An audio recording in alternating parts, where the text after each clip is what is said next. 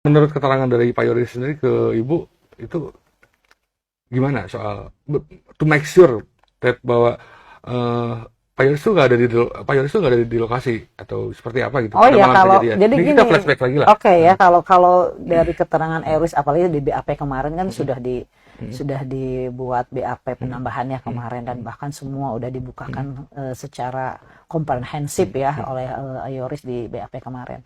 Jadi Yoris itu memang ada indikasi oleh pihak, ini baru dugaan ya, bisa benar bisa salah kan saya juga. Jadi ada mengarah itu mau menjebak Yoris, Oke. gitu ya. Jadi kayak mau mengkambing hitamkan Yoris. Pertama, kenapa bisa seperti itu? Ini sudah akumulasi dari kemarin ya, karena BAP kemarin. Pertama, yang waktu kejadian TKP Yoris disuruh datang, Oke. ya kan, sama omnya ya Pak Mul, sama Nah, oke. sepupunya juga, saudara A Anggota, ya, saudara ya anggota Polres Polres Subang yang Humas. perwira itu. Oke. Nah jadi datang ke sana, terus disuruh mengambil pool ini, pool apa namanya, pool golf ya, Stick golf. poolnya, ya, oh, iya. nah, gitu kan yang poolnya. Oke. Kenapa harus Yoris yang mau yang Malam ngambil? itu malam kan. Pada Maaf, malam kejadian kan itu. setelah Oh, setelah. kejadian, setelah ada para polisi juga. Jadi suruh ngambil itu dengan Pak Mul dengan Pak Yosef, kan dikasihkan kepada, diambil dulu sama Pak Yosef, tapi dia pakai gini ngambilnya, kata Yoris. Ngambilnya gini, Ngambil. terus Oke. dimasukkan sama Yoris dengan tangan telanjang, ngambil, Oke. masukin ke tasnya Yoris. Hmm. Nah gitu, itu jadi Yoris yang suruh memberikan kepada kepolisian. Itu yang menjadi Oke. kecurigaan Yoris awal. Terus Merasa dijebak. Oke. kedua, disuruh bawa mobil Yaris. Oke. Ya kan, mobil Yaris itu memang bukan merupakan barang bukti ya, itu kan Alphard ya, Iya. di mayat itu kan di Alphard. Tapi kan Yaris ini ada ya dalam TKP ya, Iya. Yaris dan BMW ya, yang BMW lama. Nah, disuruh bawa mobil Yaris oleh omnya dan keponakan yang polisi itu, katanya suruh dibawa aja deh, itu mah bukan merupakan barang bukti lah, bawa aja. Dibawa gitu kan, terus dibawa ke rumah Waldis juga kan, pada takut itu kan gitu. Akhirnya Kapolres marah kan, kenapa ini dibawa, itu kan barang bukti. Untung di situ ada saksi ya yang mengetahui, Teh Hanti dan Bu Lilis juga tahu deh kalau nggak salah. Nah terus Yoris bilang lah, kan saya mah disuruh, akhirnya dikembalikan lagi tuh mobil. Oke. Sebentar Teh, ini menarik nih soal dijebak. Jadi Pak Yoris itu pada setelah kejadian disuruh ke rumah. Disuruh ke rumah untuk mengambil Ke stick TKP, ke iya, TKP. sama kucing juga lah kalau nggak salah ya. Oke. Ngebuci, Ambil stick golf gitu.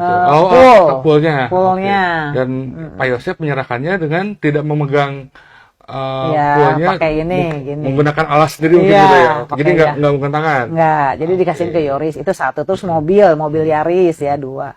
Terus apalagi ya, sama perhiasan dikasihin ke Yoris. Perhiasan yang punya Amel, dikasihin ke Yoris, sama kunci rumah dikasihin ke Yoris. Dikasihin ke Yoris, terus Yoris akhirnya mengasihkan lagi ke polisi. Nah, jadi kalau misalkan ada anggapan Yoris menguasai rumah dan sebagainya, itu jelas ada bukti chattingnya kok. Yoris itu disuruh, jadi papanya menyerahkan, tersangka ya ini menyerahkan kunci itu ke anaknya, dan anaknya akhirnya Yoris itu menyerahkan lagi kepada Intel ya.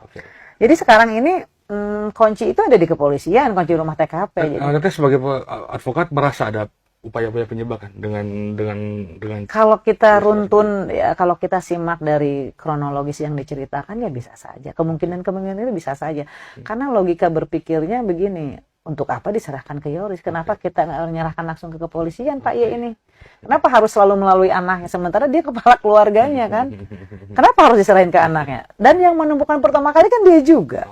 Kenapa dia nggak serahkan kuncinya sendiri, kenapa dia nggak serahkan juga yang ngambil sendiri pull up-nya, kenapa harus diserahkan ke anaknya, ke tas anaknya gitu. Itu yang menjadi. itu pull up-nya kosong. Pull up-nya kosong. Yoris nggak tahu katanya kosong apa enggaknya. Pokoknya itu langsung diserahin lagi ke polisi sama Yoris gitu. Diserahin lagi ke polisi sama Yoris. Maksudnya kenapa harus lewat AA? Iya, Kan kata Yoris, kenapa selalu lewat AA? Itu yang menjadi pertanyaan katanya. Ya mungkin kan bisa saja ke arah situ ya. Ada kemungkinan kan bisa Kemarin saja. juga kan Pak Yoris diperiksa di Polda katanya. Itu sejauh mana pemeriksaannya? Ya itu Apa saja yang dibahas? sejauh jadi hanya penambahan BAP aja sih, tidak begitu terlalu banyak. Jadi hanya hanya bertanya tentang ya tadi masalah pull up itu, terus masalah Pak Yose, tersangka Y ini pernah bercerita pertama kali kejadian pembunuhan itu pernah bercerita bahwa dia juga menuduh tersangka M. Dia menuduh tersangka M dan tersangka A dan A. Jadi bilang kepada kakak-kakaknya Bu Tuti ya saat itu, dan ada Yanti, ada Yoris di situ. Dia bilang ini yang membunuh ini M katanya dan anaknya katanya gitu.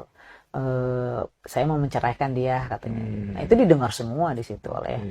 Jadi itu terkait itu aja sih, sama terkait yang tadi sama mobil juga kan, sama emas juga. Kenapa emas ini bisa ada di Yoris? Kronologisnya itu emas itu diberikan tersangka M dan tersangka Y ke rumah Yoris setelah 3 bulan kejadian pembunuhan. Dan ya juga bingung kenapa diserahkan, katanya dengan alasan buat cucunya lah, atau ngeri Bu mau makainya juga namanya bekas ini masa mau dipakaikan ke anak, tapi ya kita simpan aja. Dan itu banyak sidik jari kita memegang perhiasan segala macem katanya gitu. Itu